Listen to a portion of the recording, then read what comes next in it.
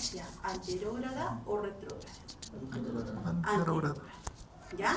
Solamente eliminamos de la conciencia del paciente lo que sucede en la cirugía, mas no eliminamos los recuerdos anteriores del paciente. ¿Ya? Si no nos denuncian, ¿no? Imagínense que ustedes entran a operarse y yo borre todos sus recuerdos de su niñez, de su infancia y todo. Entonces, no estaríamos haciendo bien al paciente. ¿Ya? Esta anestesia general tiene componentes. Uno de ellos es el componente sensitivo, el otro es autonómico, mental y motor. Son los 4 componentes principales en la anestesia, los cuales tienen como objetivos generar inconsciencia, amnesia, analgesia y relajación muscular en los pacientes que van a ser sometidos a una cirugía. Entonces, ¿qué tipos de anestesia general tenemos?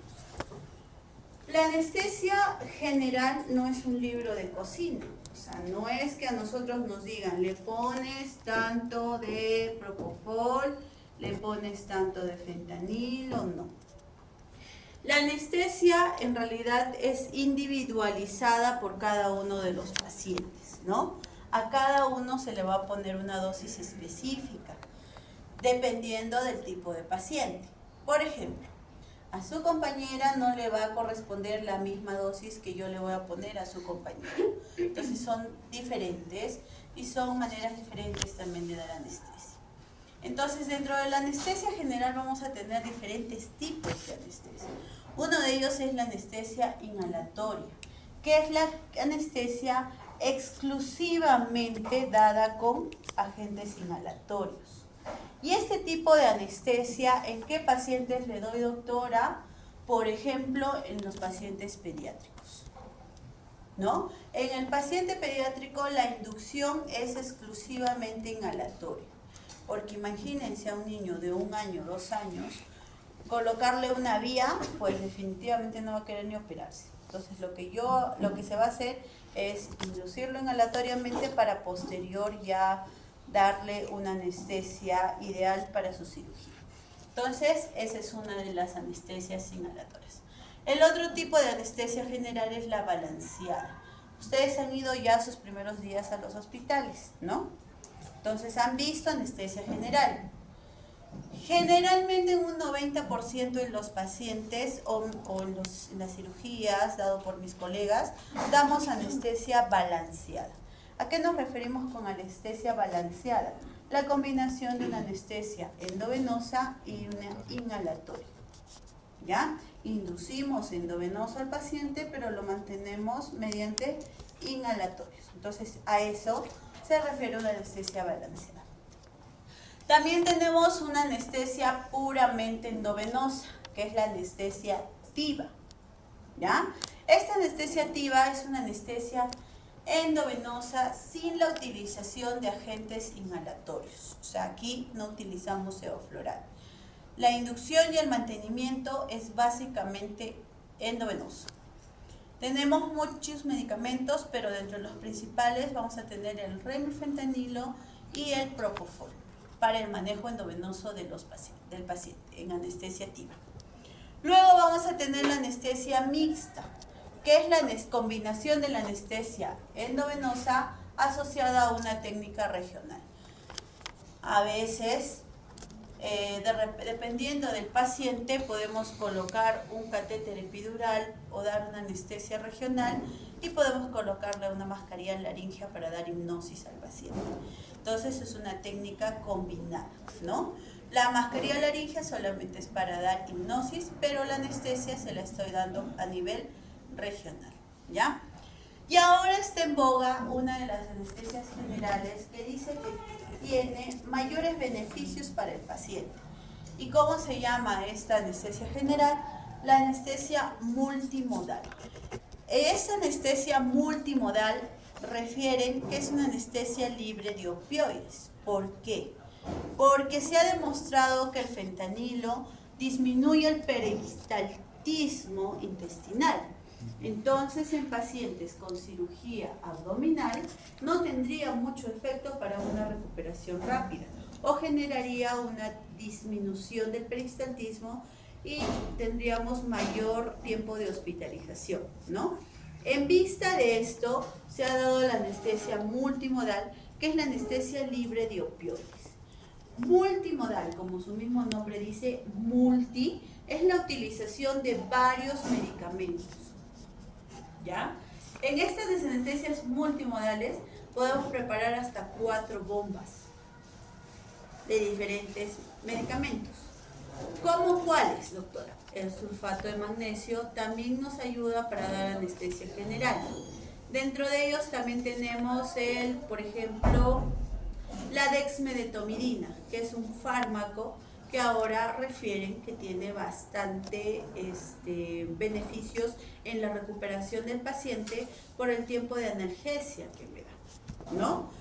Luego voy a tener infusión de lidocaína, infusión de propofol, infusión de ketamina. Entonces, la combinación de todos estos medicamentos me va a dar una anestesia multimodal, ¿no? Y en sí también es una anestesia endovenosa, básicamente. Aunque algunos también lo combinan con inhalatorio, pero es la combinación de no uno o dos, sino múltiples medicamentos, ¿no? Y la sedación que también se puede dar por anestesia endovenosa. Entonces, ¿qué es la anestesia general? Nos permite proporcionar amnesia, analgesia y las condiciones quirúrgicas óptimas para que el paciente sea operado, ¿no? Entonces, imagínense que un paciente que le estén abriendo el abdomen esté despierto. Sería traumático para el paciente. ¿Y esto existe? Sí existe, sí existe. ¿Y cómo se denomina este efecto? El despertar intraoperatorio, ¿ya? Entonces, para evitar este despertar intraoperatorio, que el paciente se despierte dentro de sala de operaciones, para eso es que nosotros damos anestesia y tenemos que dar una anestesia adecuada que permita que esta persona tenga una amnesia de todo lo que está sucediendo, que no lo recuerde, ¿no? Entonces, ¿qué comprende todo este tipo de anestesia general o qué comprende que yo dé anestesia a mi paciente? Comprende tres planos, se podría decir, o 3 componentes: perioperatorio, intraoperatorio y posoperatorio. ¿Ya? Entonces, ¿qué podemos decir con el perioperatorio? El perioperatorio es todo lo que ustedes han visto con el doctor de la calle. La evaluación preanestésica. Evaluar a mi paciente, determinar qué riesgos puede tener y en base a ello yo tomar la decisión de qué tipo de anestesia general le voy a dar al paciente, ¿ya? O qué dosificación le voy a dar al paciente. Para eso es la evaluación preanestésica. Además, también es un documento médico legal donde nos indica, mediante el ASA, las complicaciones o el porcentaje de supervivencia o de complicaciones, mejor dicho, que va a tener el paciente. ¿Ya? Entonces, primero hago mi evaluación preanestésica. Segundo, de la evaluación preanestésica, tengo que hacer firmar al paciente mi consentimiento informado. Informarle todas las complicaciones que pueda tener. Ahora, ustedes me dicen, doctora, pero usted le está evaluando al paciente, ¿por qué tiene que haber complicaciones? En toda cirugía hay complicaciones. Por ejemplo, se ha demostrado que hay genes que pueden tener reacción al propofol. Y acá vamos a hablar de la hipertermia maligna. ¿Y cómo determino esto? No se puede determinar previamente hasta que el individuo no esté en contacto con este medicamento. Entonces, para eso yo tengo que informarle al paciente qué posibles complicaciones puede tener, ¿ya? Con esta evaluación preanestésica disminuimos la tasa de complicaciones, pero no la abolimos totalmente. Por eso es un documento médico legal. Si sucediera algún problema, yo determiné mi ASA, y si sucediera algún problema, yo le informé al paciente qué complicaciones puede tener y para eso me firmó su consentimiento informado. Entonces eso, ¿ya? También en el preoperatorio yo tengo que ver si este paciente está deshidratado, no está deshidratado, y si está deshidratado tengo que corregir el volumen, ¿no? Porque, por ejemplo, mi propofol, el fentanilo, produce una disminución de la frecuencia cardíaca y disminución de la presión arterial, mucho mayor en este caso el propofol. Y si el paciente está deshidratado y yo doy una dosis plena, pues la hipotensión va a ser bien marcada y para poder recuperarlo no voy a poder. Entonces para eso es que tengo que evaluar mi volumen intravascular, ¿ya? Refieren que la hidratación antes de la inducción es 2 ml por kilogramo de peso. Entonces, luego de esto tengo que verificar mis accesos venosos, ¿no? Generalmente, si es una cirugía cortita, que sé que no va a haber nada de alteraciones o complicaciones, le puedo poner un catéter 20. Pero si es una cirugía compleja, como por ejemplo en mi hospital tenemos complejas denominados, por ejemplo, un tumor cerebral, sí tengo que asegurarme vías más grandes porque sé que voy a tener pérdida de sangre y voy a tener que reponer. Entonces, para eso es que en base a mi evaluación tengo que ver mi acceso venoso. Fármacos preoperatorios. Tengo que determinar si el paciente lo voy a premedicar o no y por qué. Por ejemplo, cuando ustedes se van a operar o a ustedes les dicen, ¿saben qué, doctores? Ustedes se van a operar su vesícula está mal y se tienen que operar. ¿Qué sucede? Se ponen nerviosos, empiezan a sudar, ¿no? Hay una alteración. Hay una elevación de catecolaminas. Las catecolaminas es que nos van a generar todos los efectos de sudoración, aumentar la presión arterial, taquicardia y todo. Entonces, si a un paciente está en su cama tranquilo y lo bajan a sala de operaciones, pues va a haber aumento de esto. Y el paciente, si es ansioso, se va a descontrolar. Entonces, para eso yo tengo que determinar si le voy a premedicar. Y para la ansiedad, que es lo que nosotros determinamos, lo que les estoy diciendo, tenemos un medicamento que va a ser de rápido efecto y nos va a ayudar. ¿Qué medicamento será este?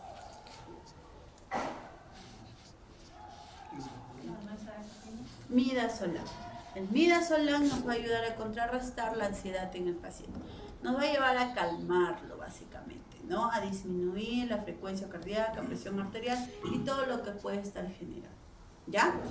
Luego de esto vamos a tener los opiáceos o analgésicos. Nosotros necesitamos un opioide o un analgésico de acción rápida, ¿no?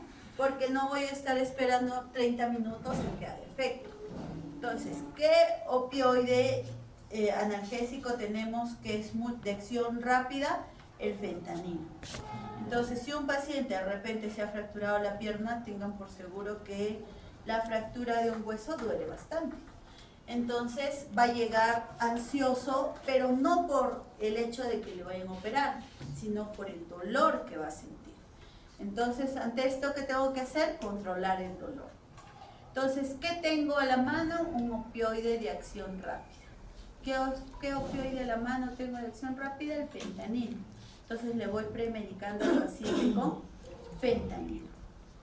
Ahora, si el paciente tiene, por ejemplo, una enfermedad gástrica ya crónica, con tratamiento, y que en mi evaluación preanestésica me dijo, doctora, yo tomo ya desde hace mucho tiempo, no sé, omeprazol o algo, el hecho de que lo operen también va a generar un aumento de la acidez gástrica, ¿no? Va a provocar irritación a nivel del estómago. Entonces yo tengo que determinar y decir, premedíquenlo con omeprazol al paciente para que disminuya el hecho de que pueda tener alteraciones gástricas. Otros fármacos con los que premedicamos también es la dexametasona, por su efecto antiinflamatorio y corticosteroide, ¿no?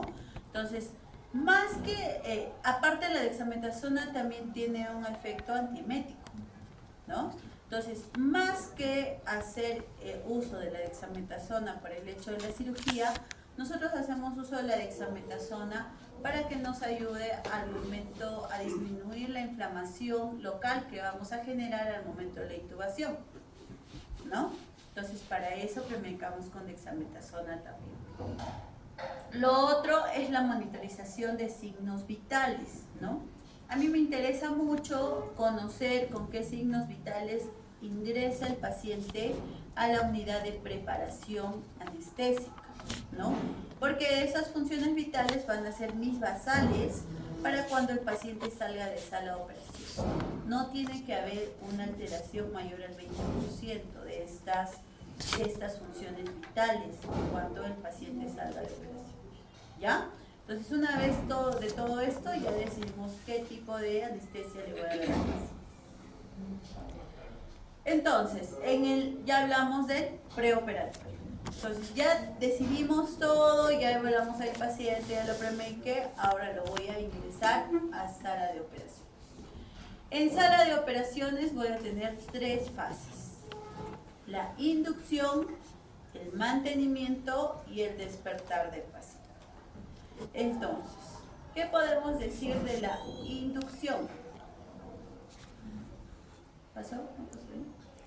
Ahí está. ¿Qué podemos decir de la inducción?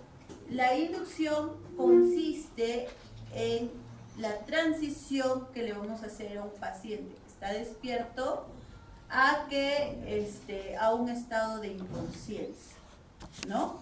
O sea, ustedes me van a estar mirando y yo con mi inducción que voy a hacer voy a prepararlos para poder intubarlos y para que ya mantenerlos para la cirugía, ¿no? Que es lo que ustedes han visto eso en los hospitales. Entonces aquí yo qué tengo que hacer con el paciente: darle comodidad, darle la posición para la cirugía, ver qué técnica voy a utilizar, la asistencia de la vía aérea, o sea que ya tengo que tener todo preparado para poder intubar al paciente, ¿verdad? Entonces, ¿qué sucede acá? Va a depender del medicamento que yo le voy a dar. Para eso yo tengo que conocer qué efectos me van a producir los medicamentos y a qué dosis voy a necesitar tener al paciente para provocarle la inducción o para generar la inducción y poder intubar al paciente sin tener alteración de las funciones vitales, ¿ya? Entonces, por ejemplo, en esta imagen vamos a ver que a menor dosis yo voy a provocar una amnesia en el paciente, ¿no? Solamente una amnesia que la puedo utilizar para una sedación, por ejemplo, ¿no? Y este medicamento, en este caso, esta imagen es de los inhalatorios. Vamos a ver que para yo producir amnesia, mi medicamento inhalatorio tiene que hacer efecto en el hipocampo y en la amígdala cerebral, ¿ya? Si yo aumento la dosis del inhalatorio, voy a provocar amnesia e inconsciencia en el paciente. Y esta inconsciencia es porque mi medicamento está haciendo efecto sobre la corteza, el tálamo y estructuras subcorticales. Y si yo aumento la dosis de este medicamento inhalatorio, ya me va a provocar inmovilidad.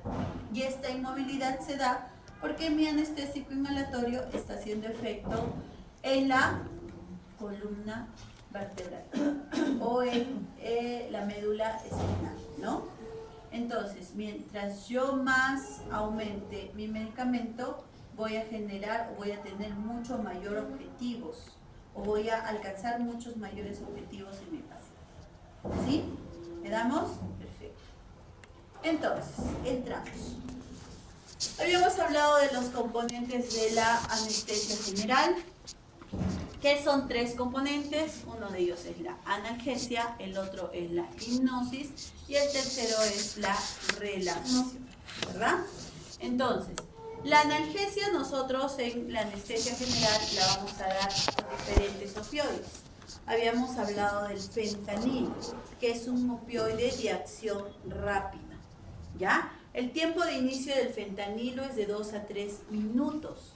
Pero también vamos a tener al remifentanilo, que es un opioide de acción ultra rápida, ¿ya? A diferencia del fentanilo. Su tiempo de acción va a ser a los segundos nada más. A los 30 segundos será la acción del remifentanilo, ¿ya? Entonces, para dar analgesia tengo estos 2 medicamentos. También tengo muchos, ¿no? Va a depender del tipo de paciente y va a depender, pero acá estamos hablando de lo básico. Luego de la analgesia, yo voy a necesitar un coadyuvante. El coadyuvante que utilizamos generalmente es la lidocaína. La lidocaína tiene múltiples efectos beneficiosos en el paciente. Uno de ellos es que me va a generar también analgesia a nivel de las vías respiratorias. Me va a ayudar para disminuir la noxa que le voy a dar a nivel de la boca al momento de intubar. Y también otro efecto que me va a dar es que el propofol es bien irritativo a nivel de las venas. ¿Ya? Entonces a mí, por ejemplo, soy un poquito claustrofóbica y cuando me han hecho una resonancia no puedo entrar al resonador porque me siento que me voy a ahogar, no sé. Siento una ansiedad muy grande. Entonces, ¿qué han hecho para hacerme una oportunidad de una resonancia? Me han puesto una vía y me han sedado con propofol. Tengan por seguro que propofol duele, pero te hace recordar toda tu vida. Y si me pusieron el propofol en la mano, me comenzó a doler hasta el hombro. Y es un dolor bastante intenso. Entonces la lidocaína me ayuda a disminuir este dolor irritativo a nivel de las venas que tiene como propiedad del propofol. Entonces me va a disminuir. Imagínense que le duela, pues la paciente va a estar taquicárdica, se va a estar incomodando y todo. Entonces lo que no queremos es eso, ¿no? También tenemos otros coadyuvantes dependiendo del tipo de anestesia, la dexmedetomidina, el sulfato de magnesio, que lo vamos a utilizar más en anestesias multimodales, como les había mencionado. Luego del coadyuvante vamos a buscar la hipnosis en el paciente. Entonces, para buscar la hipnosis en el paciente, también tengo varios medicamentos. Si voy a dar una anestesia balanceada, tengo el propofol. El tiempo de inicio de propofol es de 20 a 30 segundos. Ustedes cuando vayan a los hospitales, miren que le están poniendo el propofol y cuenten 20 segundos y a los 20 segundos la persona ya no reconoce, no la mueve, la toca, ya perdió el reflejo corneal, todo. Entonces, nos va a ayudar para la hipnosis. Pero también tenemos el midazolam, ¿no? Aunque ya no es muy utilizado actualmente, solamente en casos muy especiales. O dependiendo del anestesiólogo también. Por ejemplo, en mi hospital yo sí tengo una colega que le gusta inducir con midazolam, ¿no? O sea, llega el paciente, lo plancha con el midazolam para que no le esté fastidiando ni nada, ¿no? Pero personalmente no me parece porque después puede hacer sinergia y no voy a poder despertarlo completamente al paciente. Tengo también para la hipnosis la ketamina. Doctor, ¿en qué momentos utilizo la ketamina? Acá les voy a dar dos ejemplos que lo tienen que recordar. El propofol disminuye todo en el organismo. Disminuye la frecuencia cardíaca, disminuye la presión arterial, disminuye todo. A nivel de todos los órganos va a disminuir todo. Entonces, si yo les pongo de ejemplo este caso clínico. Paciente con shock séptico que viene a sala de operaciones con una presión arterial de 60/40, frecuencia cardíaca, no sé, 52 y saturación de 89. Entonces, ustedes le van a inducir. Pregunta, ¿el propofol es un buen inductor en este caso clínico? No. ¿Por qué? Porque disminuye los índices. Me va a producir mayor hipotensión, me va a producir mayor disminución de la frecuencia cardíaca y voy a encima el propofol, como es hipnótico, me produce apnea y el paciente está saturando bajo, entonces voy a generar una hipotensión más marcada y me puede hacer un paro cardíaco el paciente, ¿no? Entonces, ¿qué otro hipnótico tengo, doctora? La ketamina.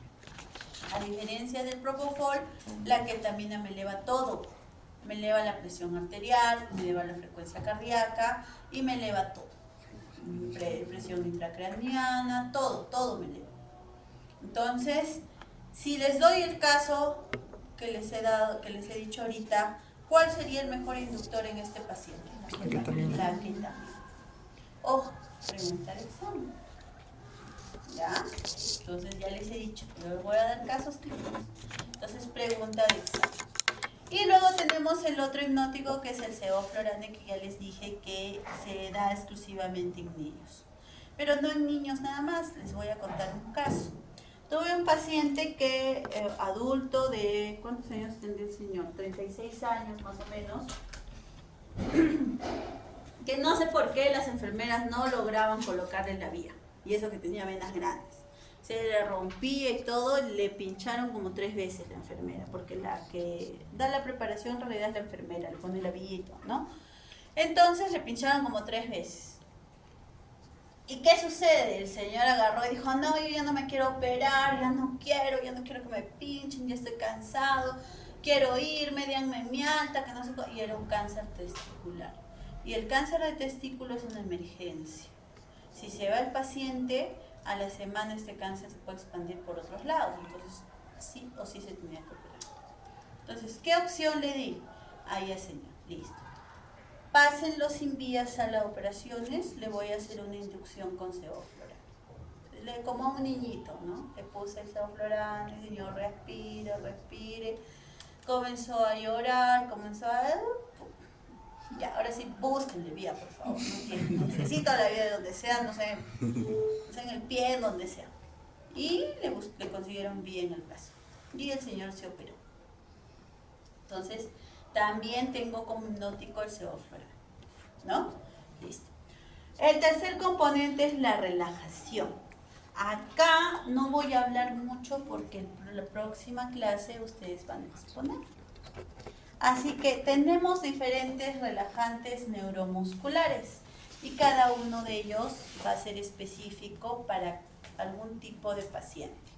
Entonces eso lo vamos a ver en la próxima clase, ¿ya?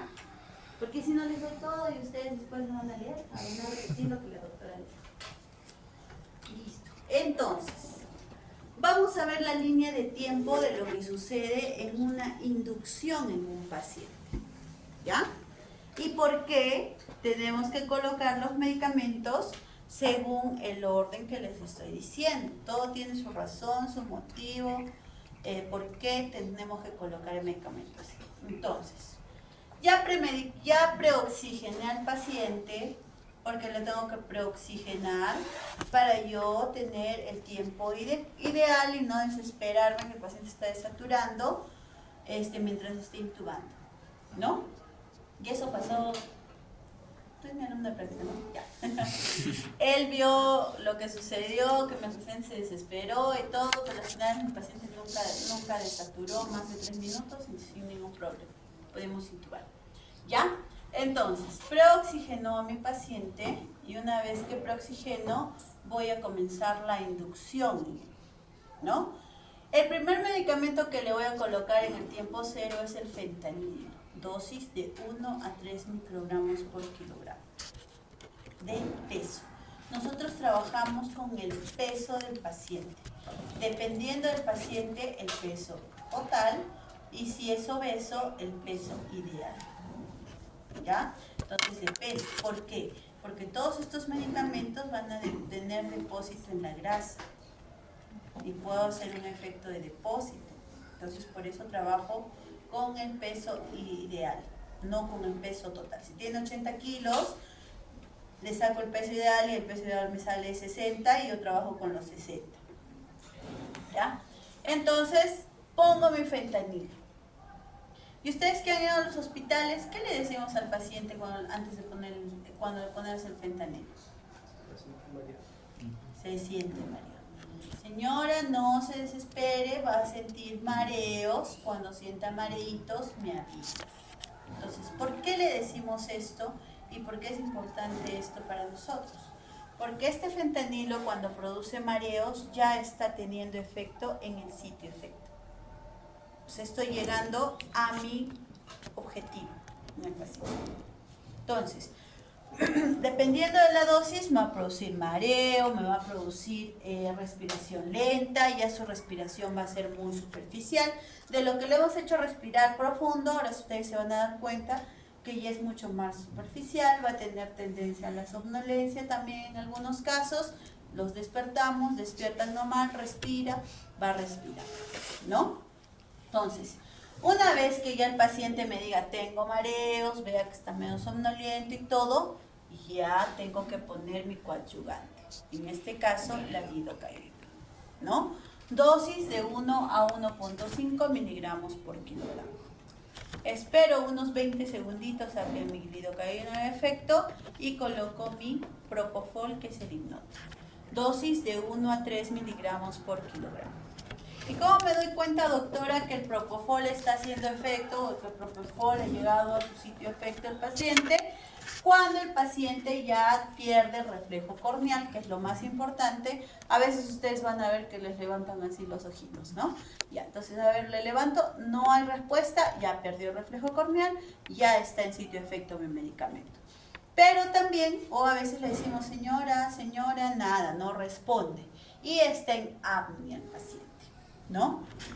Generalmente yo cuando le ponen en mi residente propofol, le digo cuenta hasta 20, ¿no? Porque su tiempo de acción es 20 segundos. Entonces en 20 segundos yo tengo que tener relajación y todo, ¿no? Entonces una vez que el paciente está ya con el propofol, ya hizo efecto el propofol, tengo que probar que el paciente sea ventilable o no. Entonces le pongo mi tubo de Guedel o tubo de Mayo y pongo la máscara de anestesia y ventilo. Si el aire entra con facilidad es ventilable. Si el aire no me entra es no ventilable. Pero eso ya he debido de prever en mi evaluación preanestésica. Entonces, pruebo si es ventilable. Si es ventilable, coloco mi relajante neuromuscular. En este caso, les estoy poniendo de ejemplo el rocuronio, que es lo que más van a ver, ¿no? Dosis de 0.6 a 1.2 miligramos por kilogramo. Pongo mi rocuronio y espero que me haga efecto todavía. El rocuronio, por lo menos a los 2 minutos, recién voy a tener una adecuada efecto a nivel de toda la musculatura. Entonces espero, y mientras espero voy ventilando a mi paciente. Entonces, desde que he comenzado mi inducción con el fentanilo hasta que coloco y espero mi rocuronio mis 2 minutos, ya llegué a los 5 minutos, ¿verdad? Entonces, doctora, ¿y por qué es importante esto? Porque el tiempo máximo de acción de efecto del fentanilo es a los 5 minutos. Entonces, puedo asegurar que a los 5 minutos, ya cuando yo intube, el paciente no va a tener dolor, no va a tener alteración en mis funciones vitales, ni nada. Entonces, es mi pico máximo de acción a los 5 minutos. Por eso es que todo tiene un orden. Si yo le pusiera el fentanilo acá y solamente espero 2 minutos, tengan por seguro que el paciente va a sentir, le va a doler, va a estar muy irritado, va a estar muy fastidiado. Inclusive te puede mover hasta la cabeza por el dolor, ¿no? Ustedes se meten el dedo un poquito, mamá, y ¿no? Pero nosotros el laringoscopio lo metemos hasta adentro. Entonces imagínense cómo sería eso. Por eso es que todo tiene su razón de ser. Entre los 5 y 6 minutos yo ya puedo decir que mi paciente está en plano anestésico. ¿Y qué significa en plano anestésico, doctora? Es que ya puedo intubar al paciente, ¿no? Sin tener ninguna complicación y sin luchar con el paciente. Entonces, esto es una línea de tiempo que ustedes van a ver en los hospitales, ¿no? Si no se han percatado, en el hospital no tiene que ser bien observador. Entonces, ¿qué es lo que está pasando con el paciente? Tengo manera de comprobar si la hipnosis de mi paciente con el propofol es la adecuada. Sí tengo manera de comprobar. Y tengo el BIS, ¿ya? Que me mide la actividad eléctrica a nivel cerebral. Es como una vinchita que le ponemos para determinar la hipnosis. ¿Tengo manera de verificar si mi rocuronio ha hecho efecto, doctora, antes de intubar? Sí. Tengo el TOF, el 3D4. Y de eso me van a hablar ustedes la próxima semana. ¿Quedó claro? Ya, listo. Entonces, para intubar al paciente tengo múltiples insumos, ¿ya? Nosotros también tenemos juguetitos, no solamente los cirujanos. Por ejemplo, en mi hospital somos un hospital de intubaciones difíciles, más aún en cabeza y cuello por los tumores que tenemos, ¿no? Entonces tenemos que estar bien previstos. Para esto nosotros tenemos nuestro coche de vía aérea difícil. No sé si en los otros hospitales lo tendrán, pero nosotros sí nos hemos abastecido de esto. En el coche de vía aérea difícil yo tengo que tener diferentes palas. No existe solamente uno, existen diferentes, ¿ya? Tengo palas rectas, tengo palas curvas y tengo palas articuladas. Si ustedes se dan cuenta, la puntita se va a mover. Entonces me va a ayudar en intubación difícil. Un Cormac 3 puede convertirlo en un Cormac 2. ¿Ya? Diferentes palas. Voy a tener diferentes tubos de Guedel. Voy a tener diferentes mascarillas de anestesia. Voy a tener también mi máscara laringea. ¿Ya? Por ejemplo, su compañero ha visto la colocación de la máscara laringea en la práctica. No digas ya, después que te fuiste colocabas máscara laringea. ¿Ya? Entonces, esto es la máscara laringea también, que nos ayuda también en vías difíciles. Si yo no puedo intubar al paciente, la máscara laringea me va a ayudar. ¿Y cómo es la máscara laringea? Es así como, tiene la posición de la boca y es así como un globito desinflado, ¿no? Coloco, no va a sobrepasar las cuerdas vocales, simplemente las va a sellar, coloco e insuflo y hago como un sellado total de la boca para que el aire no salga. Entonces de esa manera puedo dar anestesia. Por ejemplo, yo utilizo máscara laringea para mama. No le intubo al paciente, sino simplemente le pongo la máscara. El paciente va a llegar un momento en el que está respirando, respire, porque la mama es una cirugía externa, a menos que tenga axila y si la intubo. Pero si es mama, no máscara laringea, el paciente termina la cirugía, le saco y sale respirando, tranquilo. Me hago dormidito todavía hasta que salga de su hipnosis, ¿no? También vamos a tener el videolaringoscopio. Estos son con palas descartables. Este maletín de vía aérea difícil también tenemos, que es con diferentes palas. Esta tiene la pala para obesos, por ejemplo, que tiene mucha mayor, es mucho más cóncavo. También vamos a tener el broncofibroscopio. También vamos a tener ese de allá arriba, el azulito, se llama Boogie. Ya es una guía diferente a la que ustedes han visto. El Boogie se ingresa totalmente primero la guía, que va a llegar hasta la bifurcación, porque vamos a sentir un tope, y una vez que ya está dentro, recién introduzco el tubo endotraqueal. ¿Ya? Entonces también nos sirve para vías aéreas difíciles. Y si necesitamos una intubación por nariz, porque también hacemos intubaciones nasales, tengo mi pinza para poder ver por el lado. Entonces, son múltiples insumos que también tenemos para que nosotros podamos dar la anestesia. Ahora vamos a ver dos cosas. Uno, una intubación con videolaringoscopio, que es esta. Ya la paciente está inducida, es una señora con una tumoración a nivel de nariz. Un minutito. Ya. Y acá vamos a ver la epiglotis y las cuerdas vocales, ¿ven? ¿No? ¿Estamos viendo? Sí. Entonces, una vez que vea la epiglotis y las cuerdas vocales, voy a introducir mi tubo endotraqueal hasta la línea negra que esté entre las cuerdas vocales y listo, mi paciente está intubado.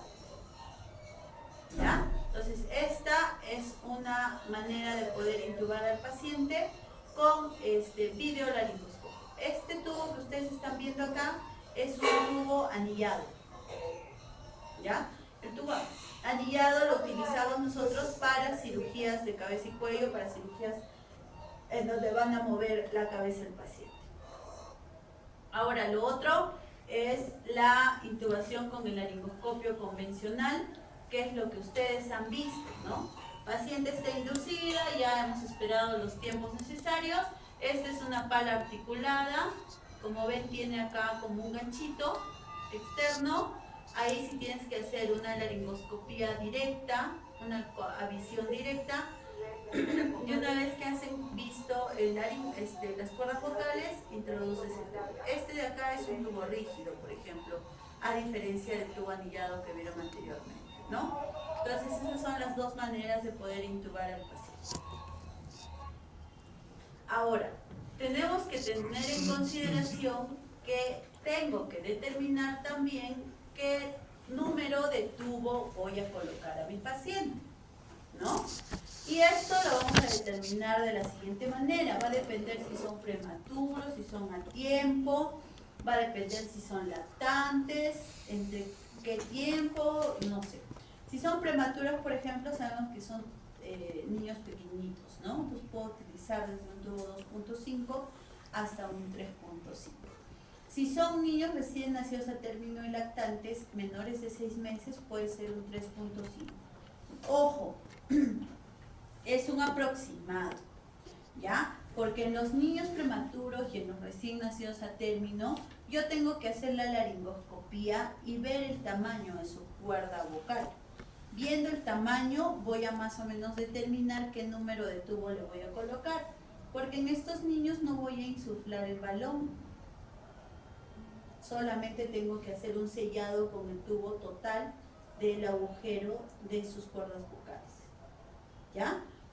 Recuerden que son prematuros, son niños pequeños, si insuflo el balón puedo generarle daños, de repente si lo insuflo demasiado. Por eso se ponen solamente tubos sin balón, ¿ya? Luego vamos a tener los niños, perdón, mayores de 1 año, ¿no? ¿Cómo determinan estos niños el número de tubo que le voy a poner? Es edad entre 4 más 4. Pregunta de examen, por si acaso.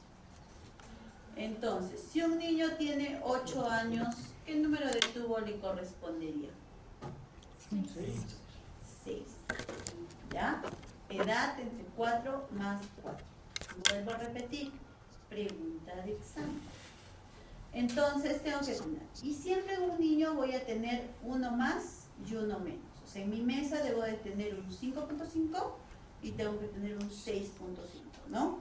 Pero según mi fórmula me sale 6, pero siempre me aseguro uno más, uno menos. En las mujeres el número de tubo, el rango va entre 7 a 7.5 y en los varones entre 8 a 8.5. Pregunta de examen. ¿Ya? Entonces esos son los rangos que yo voy a tener. También tenemos las máscaras laringeas. La máscara laringea se determina por el peso del paciente, a diferencia del tubo endotraqueal, ¿no? Por ejemplo, un adulto de 30 a 70 kilos le corresponde una máscara laringea número 3, ¿no? Va a depender mucho del peso del paciente. Esta es la máscara laringea y la colocación. Una máscara laringea. Entonces, primero debemos seleccionar. Y la colocación de la máscara laringea va a depender mucho de... Laringea adecuada para el paciente.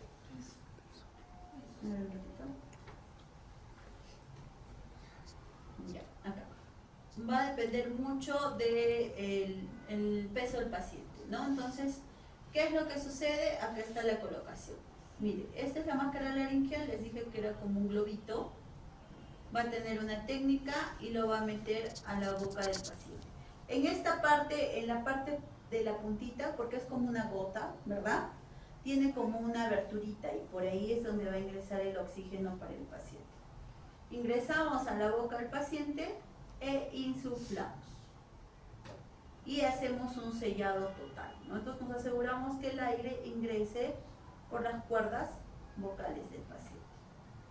Ingrese a los pulmones, ¿no? Ingresamos, insuflamos, la máscara laringea nos va a decir con cuánto de aire tengo que insuflar esa máscara. Entonces insuflo y ahí queda fija para poder dar una anestesia o dar una ventilación. Obviamente en la máscara laringea no necesito auscultar si está bien o no, ¿no? A diferencia del tubo endotraqueal, porque solamente es externo y sé que va a dar una ventilación adecuada a ambos pulmones. Listo. Entonces, ya hemos visto la inducción, hemos visto cómo voy a intubar al paciente y todo, y ahora vamos al mantenimiento. En el mantenimiento va a ser la vigilancia de mi paciente, y acá yo en el mantenimiento tengo que buscar un objetivo. Darle una adecuada profundidad anestésica a mi paciente para que no sienta nada de lo que le están haciendo. O no se esté moviendo, o no se esté pujando, ¿no? O no esté pujando. Entonces tengo que darle la profundidad adecuada para, para ver los factores somáticos y autonómicos en el paciente. Evitar estos factores somáticos y autonómicos, ¿no? En base a mi profundidad de la anestesia. Esto va a determinar o va a depender, mejor dicho, del tipo de anestesia que le vaya a dar a mi paciente, ¿no? Acá yo ya tengo que buscar valores o tengo que ver cómo voy a mantener a mi paciente según el tipo de anestesia. Lo otro es que también tengo que ver en la parte ventilatoria del paciente, ¿no? En la parte ventilatoria tengo diferentes tipos de ventilación. Generalmente en una anestesia general vamos a dar una controlada, o sea, la máquina va a iniciar la respiración y la va a terminar, ¿no? Eso es lo que ustedes han visto. Pero también va a depender si es que de repente solamente le quiero dar una asistida con la máscara laringea de repente, ¿no? Les he dicho que el paciente puede respirar, pero va a estar con una hipnosis, así que de repente va a ser una asistida o una espontánea también, donde el paciente va a iniciar y terminar el ciclo respiratorio, ¿no?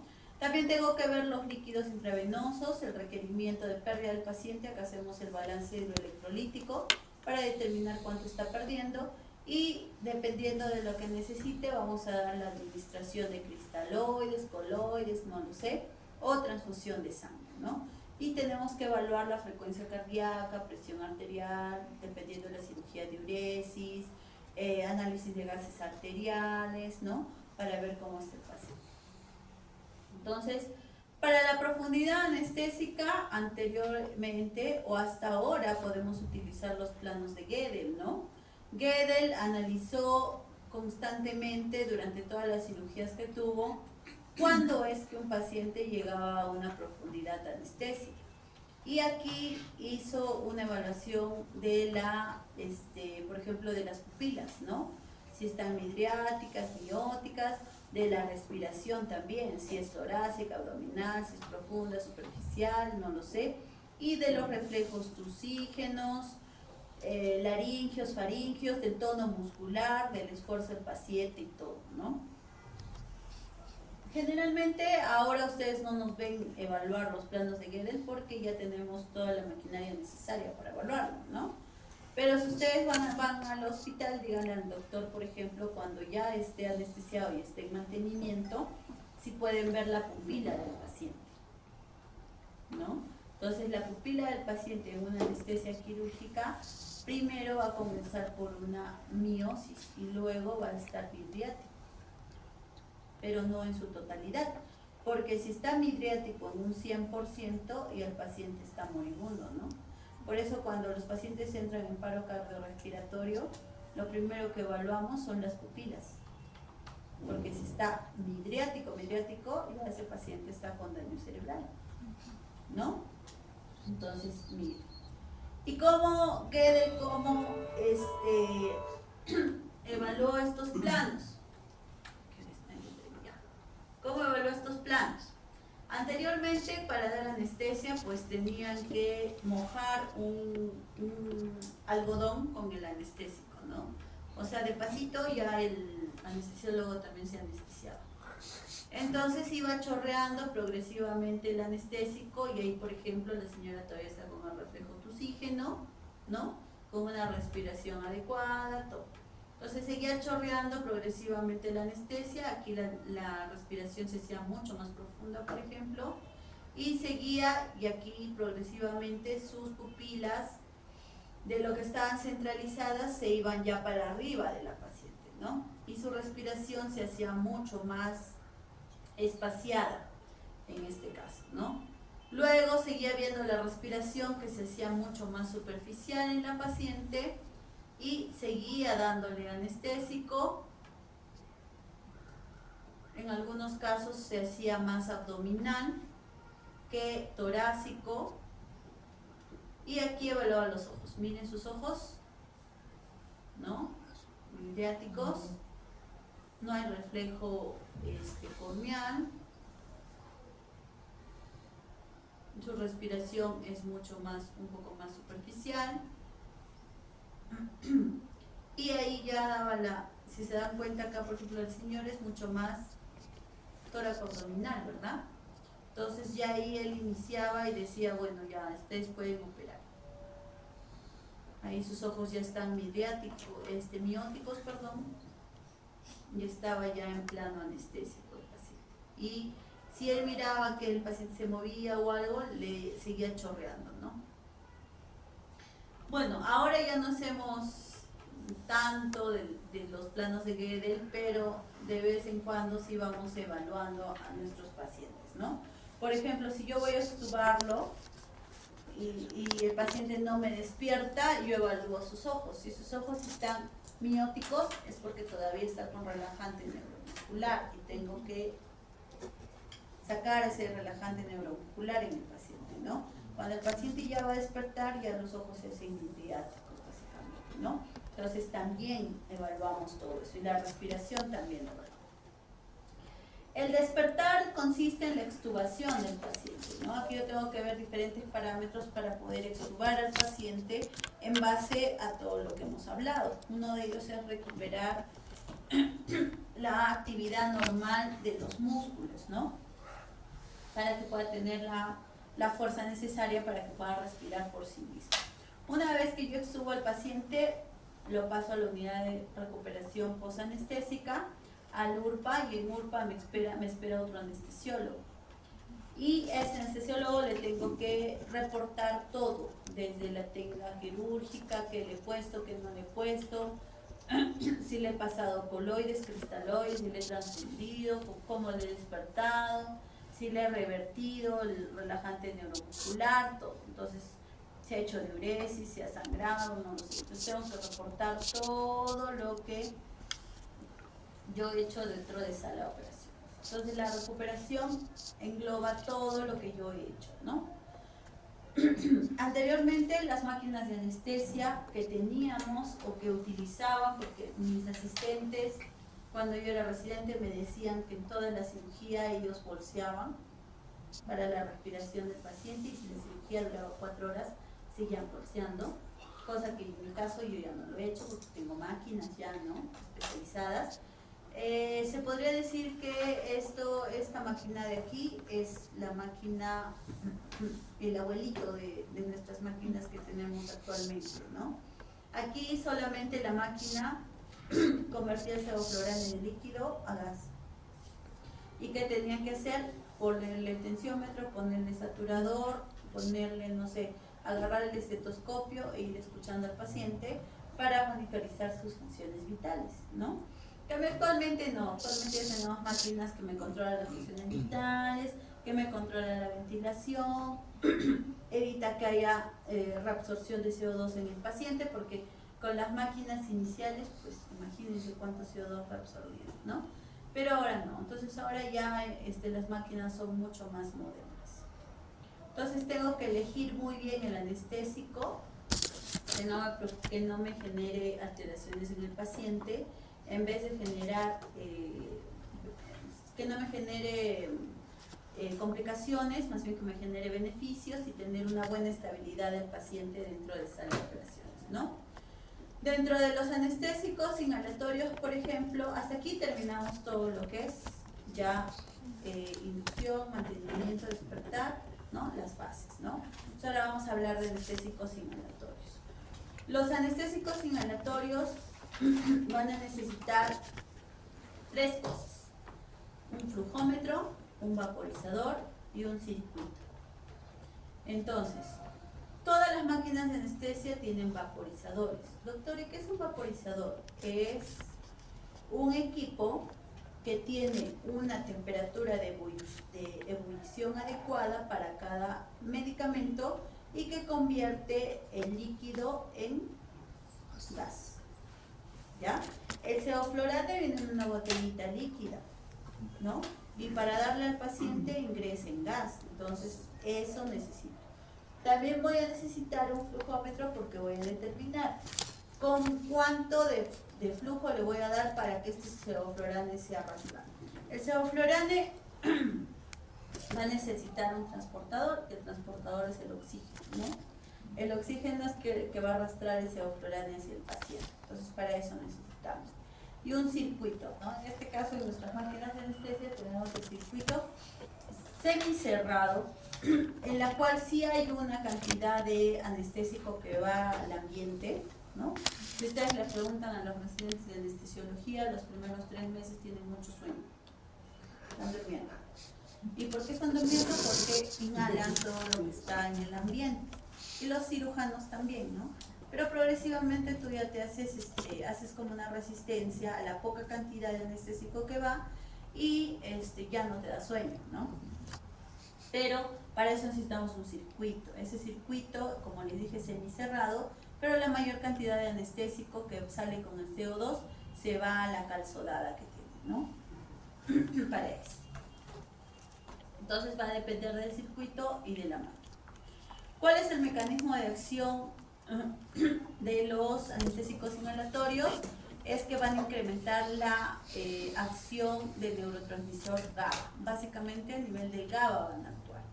Y su metabolismo va a ser el siguiente. Disculpen, se me está cerrando la garganta. Vamos a tener un flujo, les dije que tenemos un vaporizador, ¿no? El vaporizador va a convertirlo en gas y mediante todo el circuito va a llegar hacia los alvéolos. Del alvéolo va a pasar al flujo sanguíneo pulmonar y de este se va a distribuir a nivel de todo el cuerpo, a nivel pulmonar, a nivel muscular y a nivel de la grasa. Entonces también tengo depósito de grasa, depósito de anestésico inhalatorio en la grasa, ¿no? Una vez, y a la derivación sistémica en poca cantidad. Una vez que hagan efecto a nivel de todos los órganos, va a regresar a la sangre venosa mixta. Y esta sangre venosa mixta va a jalar todo ese insumo y lo va a devolver nuevamente al alvéolo. Y el alvéolo va a sacarlo a la ventilación y se va a ir a nivel residual. Entonces, esto es la manera en que los anestésicos inhalatorios hacen efecto en el paciente. Y acá también va a nivel cerebral, pues, ¿no? Entonces, estos son los factores, la manera en la que hace el mecanismo de acción los anestésicos inhalatorios dentro del organismo del paciente. Ahora, también tenemos que tener en consideración que si yo en mi flujo o fuera de la máquina o fuera del paciente, yo le voy a dar un 1% de anestésico inhalatorio, en el paciente o a la concentración alveolar que va a llegar va a ser un 0.85%. O sea, no va a llegar lo ideal. O sea, no va a llegar lo que yo le estoy dando, no va a llegar por todo el transcurso que tiene que pasar. Recuerden que para que llegue al alvéolo de mi máquina de anestesia tiene que pasar la misma máquina coarrugados y recién tubo endotraqueal y recién va a llegar a nivel alveolar mímico. Entonces no va a ser en su totalidad lo que va a llegar, ¿no?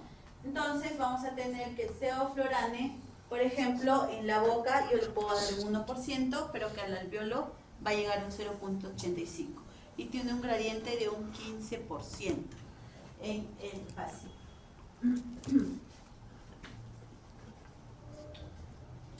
Bueno, esta es la concentración ideal que hemos hablado. El agente inhalatorio ideal, supuestamente el más ideal de todos, porque el sevoflurane es de 4ª generación, es el sevoflurane. Pero ustedes vayan y digan, a ver doctor, quiero leer un poquito de sevoflurane. Entonces no tiene un buen olor tampoco, ¿no? O sea, no es un olor tan agradable. Pero es uno de los más estables. Nos genera una mayor estabilidad hemodinámica en el paciente, no genera irritación en el paciente, no genera irritación en las vías respiratorias, es químicamente estable. Entonces, básicamente cumple la mayoría de factores o de condiciones para ser un agente inhalatorio ideal, ¿ya? Entonces, les he dicho que es de 4ª generación. Anteriormente teníamos el alotano, pero el alotano sí generaba irritación a nivel de las vías respiratorias, ¿no? Es por eso que se dejó de usar. Por ejemplo, el sevoflurane dice que tiene buen olor, mentira. En los niños necesitamos, para darle el sevoflurane, salió las máscaras anestésicas con olor a fruta. Entonces con eso enmascarábamos el olor del sevoflurane, ¿no? Le poníamos sin sevoflurane y le decíamos, a ver, inspira, mira, es chicle, que no sé qué cosa. Y poco a poco le dábamos el sevoflurane al niño. Pobrecito, los inventamos. Entonces, el sevoflurane se metaboliza en el hígado por medio del citocromo, el CYP2E1, que es parte del citocromo P450, y también el hexafluoroisopropanolol, ¿no? Es de baja solubilidad en sangre y otros tejidos y provee una inducción, una recuperación rápida. Metabolismo hepático, produce un fluoruro inorgánico para su eliminación. Se utiliza de manera general en procedimientos ambulatorios, porque su recuperación es rápida dependiendo de la dosis que le vaya a dar y es adecuada para la inducción en niños. Por ejemplo, en el examen les puedo poner, ¿no? Caso clínico. Tengo un niño que va a ingresar a la sala de operaciones, tiene 4 años, no lo sé. ¿Cuál sería el inductor ideal? En este caso, el niño sevoflurane. No hay nada más que decir, ¿no? No me puedo olvidar de eso. Tiene acción en los diferentes órganos, en el aparato respiratorio, en el músculo esquelético, en el útero, por ejemplo, inhibe la contractibilidad uterina. ¿Ya? Por ejemplo, hay que evaluar muy bien si a una gestante le voy a dar anestesia general, ¿no? Por múltiples causas. Uno de ellos, por ejemplo, los relajantes neuromusculares pasan la barrera hematoencefálica y pueden producir acción en el feto. Pero en este caso, si una paciente está con contracciones, por ejemplo, una paciente con gel, pero ya con gel, no inicios de gel, sino gel, que ya está entre la vida o muerte, yo le puedo dar anestesia general, pero previniendo de que va a inhibir las contracciones en la paciente. Y que el cirujano o el ginecólogo tiene que estar preparado para sacar en 20 segundos al feto. Porque como les digo, mis medicamentos pasan la barrera hematoencefálica. Entonces voy a producir depresión en el niño, puedo hasta producirle paro cardiorrespiratorio. ¿Ya? A nivel del sistema nervioso central y a nivel renal y esplácnico también se utiliza. ¿Cuáles son las ventajas del sevoflurane? Baja inducción, adecuado estado hemodinámico, bien tolerado y bajo potencial de inducción de arritmias. ¿Y cuáles son las desventajas? No conviene usarlo en circuitos cerrados porque tiene mucha reinhalación y un costo elevado.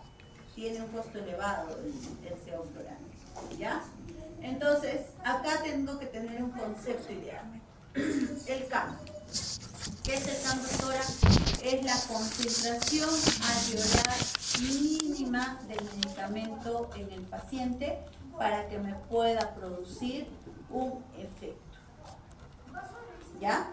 Concentración alveolar mínima en el paciente para que me pueda producir un efecto. Entonces, también se denomina que esto va a producir efectos a nivel cerebral, una potenciación y también efectos a nivel de la respuesta motora. Dentro del CAM vamos a tener diferentes CAM.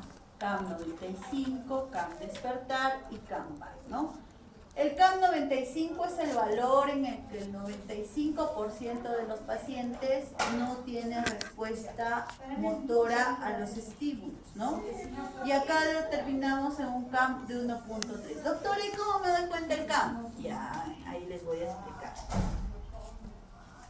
Ustedes van al hospital y ven la maquinita que tiene un monitor para la ventilación del paciente, ¿verdad? Y acá tengo otro monitor para las funciones vitales, ¿verdad? Ya. Y acá tengo mi vaporizador, que tiene un dial. Si ustedes se han dado cuenta, tiene números. 3, 4, 1, 2, 3, 4, 5, 6, 7, hasta el 8. ¿Ya? Entonces esto generalmente está cerrado. Entonces, yo para abrir mi vaporizador voy a necesitar saber cuánto de vapor o sevoflurane inhalatorio le voy a dar al paciente. Entonces generalmente está entre 2 y 4. Generalmente entre 2 y 3 más o menos. Entonces, lo que yo le voy a dar al paciente se va a traducir acá en mi máquina ventilatoria. Y acá ustedes van a ver en un cuadradito así chiquitito, CAM.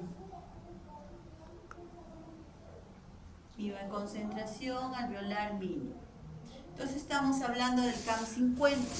El CAM 50 corresponde al CAM 95 corresponde a un 1.3 de CAM. Entonces aquí en este cambio tengo que ver 1.3, ¿no? Entonces ya tenemos que nos da la concentración angular. El CAP95 es el 95% de los pacientes a quienes se les suprime los estímulos dolorosos. Entonces sé que